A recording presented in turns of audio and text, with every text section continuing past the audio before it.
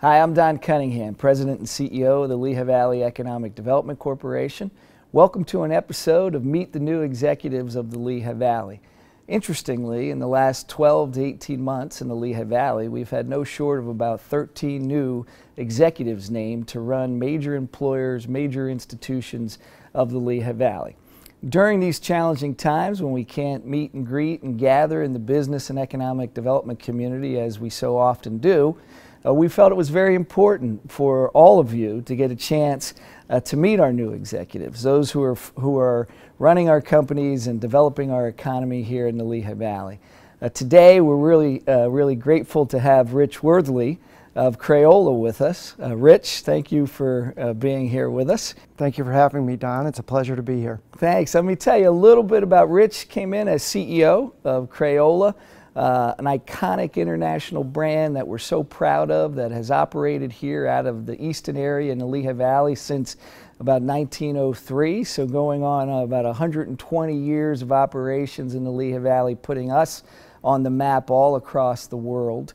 Rich joined Crayola as the President and CEO in January of 2020, so coming in and being here during a very interesting first 8 months. Prior to joining Crayola, he was CEO of the home fragrance division of Newell Brands, where he was responsible for the turnaround of the Yankee candle brand. Rich has worked for several iconic brands in his career, including Black & Decker, DeWalt, Coleman, and Rubbermaid. He has a degree in business management, has a long and very successful career, and we're very grateful that he's chosen to come here to Crayola. He lives up on College Hill in Easton, has already got himself established here in the Lehigh Valley. Rich, welcome to the Lehigh Valley and welcome to this show. And we're very grateful at Lehigh Valley Economic Development Corporation to have Crayola as a partner with us, and grateful to have you here. Yeah, thank you, Don. It's great to be here. I really appreciate the invite, and it's wonderful to be in the Lehigh Valley. It's been a great experience so far, although I would never choose to do it again under a pandemic, but it's been great. So you're relatively new to the Lehigh Valley. Tell me a little bit about where you grew up, your family, and the trajectory of your career that leads you to being here in the Lehigh Valley. Sure. So I grew up in Western Mass, a bucolic New England town, Wilbraham, Massachusetts, and it was interesting. I was thinking about it and knowing that there would be a question similar to this as we began our conversation, and it's really similar to the Lehigh Valley. It's called the Pioneer Valley, anchored by the Connecticut River versus the Lehigh River, but some great academic institutions. You know, here we have Lehigh or Lafayette, and up there you've got Amherst College or UMass or Smith College. So, and both areas coming back from, you know, up there it was textiles and here steel, and kind of revitalizing and reinvigorating the local economy. So you're also then very familiar with this concept of a region working together, multiple cities, multiple counties, even across, in your case, state lines, to work on economic strategy. I am. I actually sat on the board of the Economic Development Council of the Pioneer Valley, which is obviously very similar to the group you lead here. Yes, and you know, for those who may be new to the concept behind LVDC, this coalition was started 25 years ago by the major employers of the region, where, as Rich mentioned, we were going through an economic transformation out of heavy industry, textiles, trying to reinvent, to create jobs. We're in 25 years on now. It has been a very successful strategy and a successful approach. Public sector working together with private sector. But one thing that has remained steady and the same throughout that time is the presence of Crayola. We believe that the companies that are here, the leaders that are here in business, are the best selling points about the Lehigh Valley. You know, we couldn't be prouder of the fact that Crayola continues to make crayons, and not just crayons, but all types of products here in the Lehigh Valley. Can you talk a little bit about why you decided to move from the different brands you were at here to Crayola, and what attracted you to the company? Sure. I was 17 years at Newell Brands, which is a conglomerate of a lot of very interesting, powerful, iconic brands. Coleman Camping, Crock-Pot, Graco, Sharpie, Papermate pens, so really a wide array of wonderful brands. And I had a great 17-year run there, and I had run a series of different businesses. And candidly, what had happened is I was getting a little tired of the big company. We had a new CEO come in that was looking to change a lot of how the company was run. And fortunately got a call from folks representing Crayola, and the more and more I talked to Mike Perry, who's the CEO of Hallmark and a predecessor of mine here, I got more enamored with the notion of working for a privately held company, running a business, and then really at the end of the day, the draw was Crayola. I mean, just a phenomenal brand, beloved, tremendous potential, successful in its own right. So it wasn't like I was coming in to fix anything. The company's in great hands with a great team and been on a great run. So it was really the attraction of working for a privately held company, leading an iconic brand that has had a great history of success, but great potential for the future. And then the more homework my wife and I did about the valley and the location, it just appealed more and more to us, and we came in and stayed a couple nights at the Bethlehem Inn and kind of worked the valley, and we just said, hey, let's go do this. And it's been a great 8 months. That's great. Now, you had mentioned Hallmark, and I think most of the folks in the Lehigh Valley realize that Crayola is wholly owned is a subsidiary of Hallmark. Correct. I think since 1984, right? And, right. And early 80s, yeah. Early 80s, and previously, you know, we always referred to Crayola as Binney and Smith. And as the rest of the world did. 2007, they adopted the name Crayola around their chief product. What is that relationship back to, you talk about Crayola being privately owned. Is Hallmark also private, and how does that work? It is. It's owned by the Hall family, so Don Hall's third generation, and he's chairman of the board, so the Hall family runs the business. So it's just, we've got a wonderful relationship with them. First and foremost, which was important to me and part of my decision process, is they leave us alone. So we're run autonomously. You know, we determine what bets we're going to place as a company. But it's a great support network because they're a much larger business than we are. So we draw upon them if we want to make a big investment or a big bet on something. You know, they'll help us with funding. They've got great infrastructure around IT or legal that we can draw on.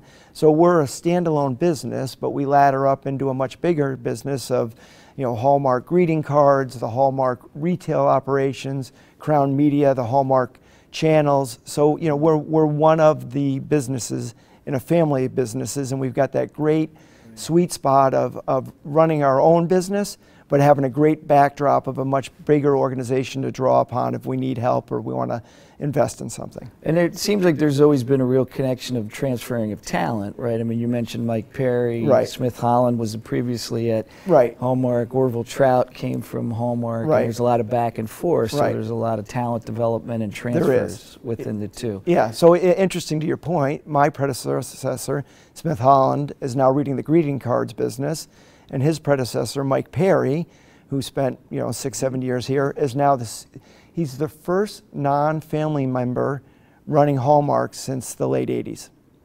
Is that right? Yeah, and the great part about that is he loves Crayola, and if I ever need a hand, I can call either of the two gentlemen, and they're very steeped in everything that we've got going on. Yeah, and there's a long tradition. You mentioned Mike and Smith, and they both were very involved in the community here in the Lehigh Valley. Our business leaders and folks really got to know them, and although based in Easton, they really became Lehigh Valley-wide leaders, and we're very fortunate for that there's that culture around Crayola and around Hallmark of people being engaged. You know, we're sitting here today at the Arts Quest Center, which is a cultural arts entertainment facility that was developed here in the former lands of Bethlehem Steel. I know Crayola executives have been involved in the board here and our board at Lehigh Valley Economic Development. Is that just kind of trained into the culture at Crayola and Hallmark, or do we just happen to have had just really great individuals involved? No, I think it's a combination of the two, right? I mean, both of those gentlemen are class guys. They're committed to certainly the success of the businesses they're involved in, but equally committed to the community. And it's really above and beyond their two makeups. It's within the DNA of all of the family of brands. So whether you talk Crown Media, which is the cable TV, or greeting cards, or Hallmark, or certainly Crayola, very committed to the local community. And again, another draw for me to come here, because that was part of the appeal, is I've in my career has always been very civic minded and focused on the community. And one of the drawbacks of the pandemic is it's been kind of a lot of those, as you know. And that's why we're talking here today. Exactly. A lot of those things have been canceled, unfortunately, because I want to make the community forget about those guys and say, boy, the new guy's the best of the three. Yes, I have no doubt that's going to occur. Just don't show those guys for 10 minutes. Here in the Lehigh Valley, well, I want to talk a little bit about the Crayola operation, because you have several different elements going here in the Lehigh Valley. And I know across the world and the country you have additional ones. You have the manufacturing plant here in Forks Township, here in South Bethlehem, very large distribution, warehouse, fulfillment operation, and of course, very well known in downtown Easton, the Visitation Center, the Experience Center. Can you give us a little more sense of the totality of the Crayola operation? Sure. We employ about just shy of 1,500 people here in the Valley. And as you said, we've got our main manufacturing facility in Forks Township, which is the basis of, it makes 13 million crayons a day, 2 million markers a day, makes 90% of the crayons that are consumed around the globe, not eaten, but used up from a lot of great artwork, but makes 90% of the crayons around the world. And then in Bethlehem, we've got another facility, LVIP, that makes 22,000 silly putty eggs a day, and large amounts of model magic and modeling compounds, and then does all of our kitting. We do a lot of art cases and combinations of coloring pages and crayons and markers, and they do all the kitting there. And then, as you said, we've got the distribution center that distributes our products not only through the U.S. but around the globe. So we're really committed to the Lehigh Valley, and I know the Lehigh Valley is committed to us, and it's a wonderful relationship. And it's interesting to know of the employees that I cited, we've got nearly 300 employees that have over 20 years of time with us. I mean, you can't walk through the office or on the shop floor without meeting people that have been with us 20, 25, 35 years. It's wonderful. That's great, and such a big part of what we've been focused on as our organization and as a region is talent supply. As the Lehigh Valley has grown tremendously, particularly in the last 5 years, and we don't know the lasting effects of the pandemic, but up until March 15th, was to work with our employers here on skills development, alignment of skills development to what the economy needs. We're very proud of the fact that we have 3 great vocational technical schools across the Lehigh Valley, 2 great community colleges, 6 great 4-year schools that are a pipeline to talent, but ensuring that alignment. And a lot of your folks in HR from Orville Trout down the line have worked with us on aligning curriculum to output. And that's been a huge thing. The other thing that's been really fortunate for us is, unlike a lot of areas of the country, manufacturing is our second largest part of our economy at $7.4 billion in GDP, 35,000 jobs in very diverse areas now.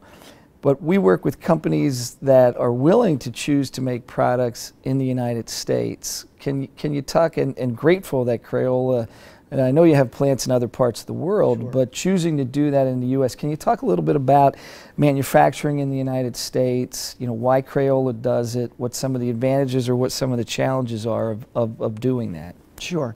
75% of what we manufacture, sell, market around the globe is made in the Lehigh Valley. So, we do have other facilities. We've got a manufacturing plant in Mexico, and then we source, truly from around the globe. But 75% again of what we sell is made here. And our biggest market is the United States. Now, we certainly have aspirations, and we've got great beachheads established around the globe, and we our international business has been a great conduit of growth and will be going forward. But at the end of the day, nearly 75% of our business is still in the U.S. So, as far as responsiveness to our customers, whether you're talking about Amazon or Walmart, and we've got, you know, great representation in the largest retailers in the U.S., and being local has enabled us to be nimble, responsive. And a great example is, you know, with the pandemic, and as it raced around the globe, the first areas that were shut down was really, you know, China, Southeast Asia. So most of our competitors import their product, so there was no product to be had, and we were all making it here, so we were responsive and taking care of our customers, and were able to pick up significant market share because they couldn't get the supply from other places in the globe. Now, we had our own challenges, you know, as it hit the United States, but, you know, that responsiveness and nimbleness is a great attribute to be able to manufacture here locally. And, you know, we need skilled labor, and we've got the right pool of folks here. We need dynamic marketeers. We can get those folks here. So, and we've got and put all the technology in that, you know, we're making profit margins that we're very comfortable with, that allow us to compete around the globe. Yeah, and that's great to hear, and a testament to the value system of the company. And speaking a little bit about your value system, I know that sustainability has been a big part of the Crayola approach. I believe that you have all your energy from renewable sources for the first time in the Lehigh Valley using solar energy. We do. So this is our 10th year anniversary of our solar farm, so we certainly supply some of our energy from our own solar power, but we use a network of solar power, and our facility is 100% renewable energy. So that's amazing. You know, we're committed to that. Yeah. We're committed to getting greener every day. You know, our main consumers are children and young families, so, you know, it's important to them, which makes it important to us, but it's important to us for all the right reasons, right? I mean, you know, I think one of the biggest challenges the globe faces today is climate change, and we want to be on the forefront and committed to every day to making all of our products in a more sustainable fashion. And in addition to that, in May, you launched a new initiative called Colors of the World, right? Which is a whole new group of crayon colors. Yeah, it's been what a wonderful product. So, you know, we know that our products are used to help children express themselves, and, you know, historically, and we made multicultural crayons in 1992, and an array of product, so kids of every shade, color, and skin tone could color themselves. But for whatever reason, those products did not get the traction that we felt like they deserved. So, long story short, we went ahead and developed a partnership with Victor Casal, who was one of the founders of Max Cosmetics, and Marjane Moore Roberts, who happens to be the Chief Diversity Officer of our PR firm. And in conjunction with them and our team, we developed authentic, genuine, a box of 24 crayons that represent the 24 different skin tones that capture 99% plus of all skin tones in the world. And we had a forecast this year of what we thought we would do, and we are currently doing plus 10 times what that forecast was. And the initial forecast was of consequence, so it's been unbelievably well received, and it's crayons, markers, coloring books, and pencils that capture these 24 colors. That's incredible. It has been incredible. Yeah. It's just such, and it's authentic, genuine, and everyone in the company is unbelievably excited about it. And more important than us, consumers and our customers are just thrilled to death. Well, it's so great to hear these type of initiatives and good news. You were talking a bit to me off camera earlier about during this period of the pandemic and the quarantine, you've actually seen increased demand for the product, right? We have. I mean, and it's such a wonderful validation of the brand and the importance of the brand and what we do in helping children and parents. You know, we're a mission-driven, purpose-driven organization, and our purpose is to help parents and educators raise creatively alive kids. So, you know, in this time of duress, teachers, parents, families are turning to us to help them, as education's moved from the classroom to the family room. Right. So there's certainly been an element of learning happening at home. As parents are trying to get their kids off devices, it's a much more healthy activity. So all of that has culminated in just unprecedented pull on our products. Our March through June, our sell-through was, depending on the retailer, anywhere from 2 to 3 times over what was previously done the last year. And those numbers are continuing as we move forward. So again, just a unbelievably heartening feeling for all of us that work with the brand, and something that we're all very, very proud of. So this has been an incredibly interesting / challenging first 8 or 9 months in a new job, right? I could use a lot of different other descriptors, but yeah, let's leave it at those. Yeah, I think it's really important. We've been trying to communicate to folks about what's going on in the economy in the Lehigh Valley, and while since March 15th, there certainly has been a lot of heartache with small businesses suffering, restaurants suffering, service sector, maybe some small bricks and mortar retail.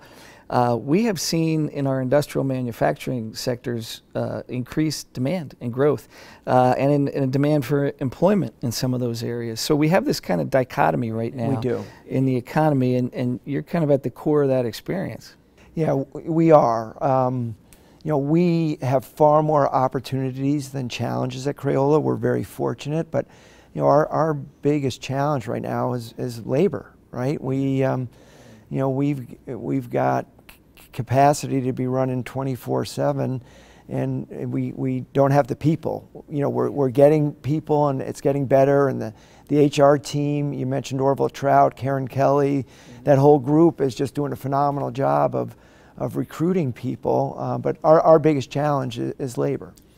Yeah, and which is so interesting for people to hear, right? Because we hear the flip side, we read the flip side in the newspapers, and we were trying to explain to folks, I think, what's going to shake out, none of us have the crystal ball, but people are going to make decisions about changing occupations, professions, employers as soon as they realize potentially that their jobs in other sectors aren't coming back. I mean, because as I mentioned earlier, being a growth market, one of our biggest areas of work has been talent supply, training, finding workers, casting a wider net.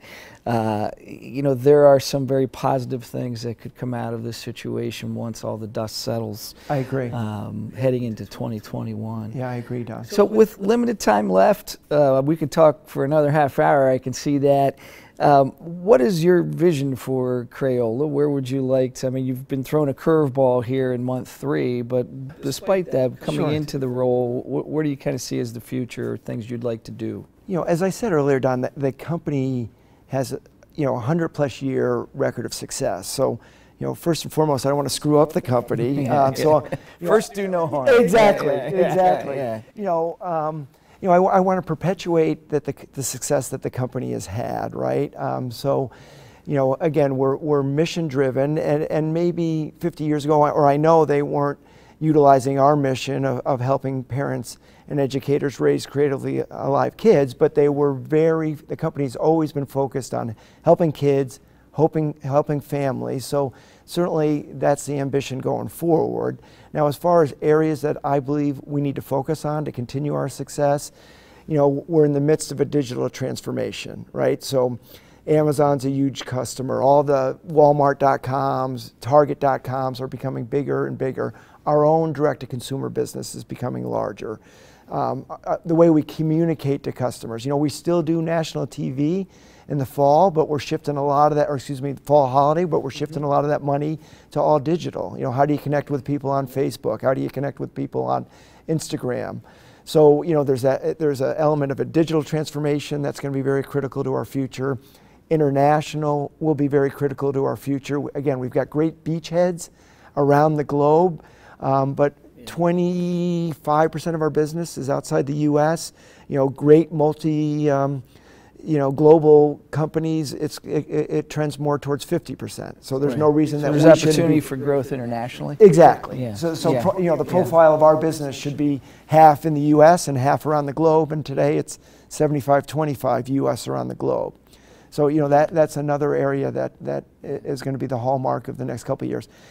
The company has innovation in its DNA, and we're launching unbelievably great new products now, but you know that needs to be as pervasive in 2 years from now as it is today for us. So spending a lot of time and energy around continuing to build out the innovation pipeline. And you know, we do a survey every year. We survey 9,000 families and children and have them rank their top brands, and we are second every year, year in and year out, and only to Amazon for the last 3 years. That's amazing. And there's no doubt in listening to you for a half hour that Crayola made the right choice, bringing your energy and vision to the company. And just as we've been fortunate to have Crayola here for 120 years, we're fortunate to have you here. And I look forward to people all across the Lehigh Valley getting to meet you. And you know, our success and identity as a region is tied to the success and identity of the companies that are here and the products that are made here. So we're very fortunate to have this partnership. And I thank you very much for joining me for this new executive series. We look forward to having Rich out and about, as we all can get out and about easier in a safe way as time goes forward. But thank you for sitting with us. Yeah, thank you, Don. My pleasure to be here, and great to spend time with you. Thanks. The new executive series would not be possible without the tremendous support of our sponsors. Thank you to all of our sponsors who have continuously supported the LVEDC mission during this time. Thank you to our presenting sponsor, Lehigh Valley Health Network. Our premier sponsor, Capital Blue Cross.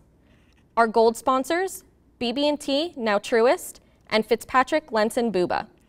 Our event sponsors, Crayola and Good Shepherd. Our interview sponsor, Follett. Our production sponsor, Countess Communications. Our host, ArtsQuest. Thanks again to all of our sponsors. We hope you enjoy the new executive series. We've seen the concern in your eyes. You're scared, nervous, want to know if it's safe. The answer is yes. At LVHN, you'll see the extraordinary steps we take to get you the care you need safely. You'll see all our facilities are COVID safe, temperature checks for everyone, that we sanitize every surface. And yes, you'll see that masks are required. What we look forward to seeing is relief in your eyes. Lehigh Valley Health Network. Your health deserves a partner. We're all doing what we can to stop the spread of COVID-19, and that includes wearing a mask when out in public. How you remove your mask matters too. Take it off from the back and be careful not to touch your eyes, nose, or mouth. Make sure to wash your hands when you're done. You should also wash your mask after each use. Keep masks you've worn in a sealed container until you can wash them. And remember, my mask protects you and your mask protects me.